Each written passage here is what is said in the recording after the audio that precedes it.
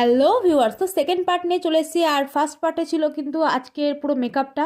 তো যারা এখনও দেখোনি দেখে নাও। তো চলো কথা কম বলে আই লুকে যাওয়া যাক। তো অ্যাট ফার্স্ট যেহেতু আমার মেকআপটা আমি করে নিয়েছিলাম, সেই জন্য আই মেকআপটা করার জন্য আমি একটু লুজ পাউডার অ্যাপ্লাই করেছি, যাতে আই শ্যাডোটা ফল আউট হলেও যাতে আমার মেকআপটা নষ্ট না হয়।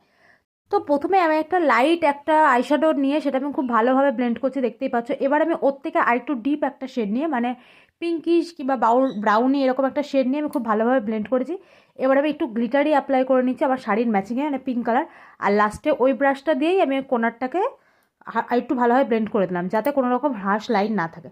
লাইনারও পরে নিয়েছে। আর তোমার যে ফলস ল্যাশেস ইউজ করেছি। তো লোয়ার ল্যাশে আমি যেটা করব, আমি খুব ভালোভাবে আইশ্যাডোটা ব্লেন্ড করে তো মাস্কারা অ্যাপ্লাই করে নিয়েছি। তো এখানে আমার আই লুক ডান। তো এটা ছিল কিন্তু আজকের আমার লুক। তো তোমরা আমাকে কমেন্টে জানিও কেমন লাগছে।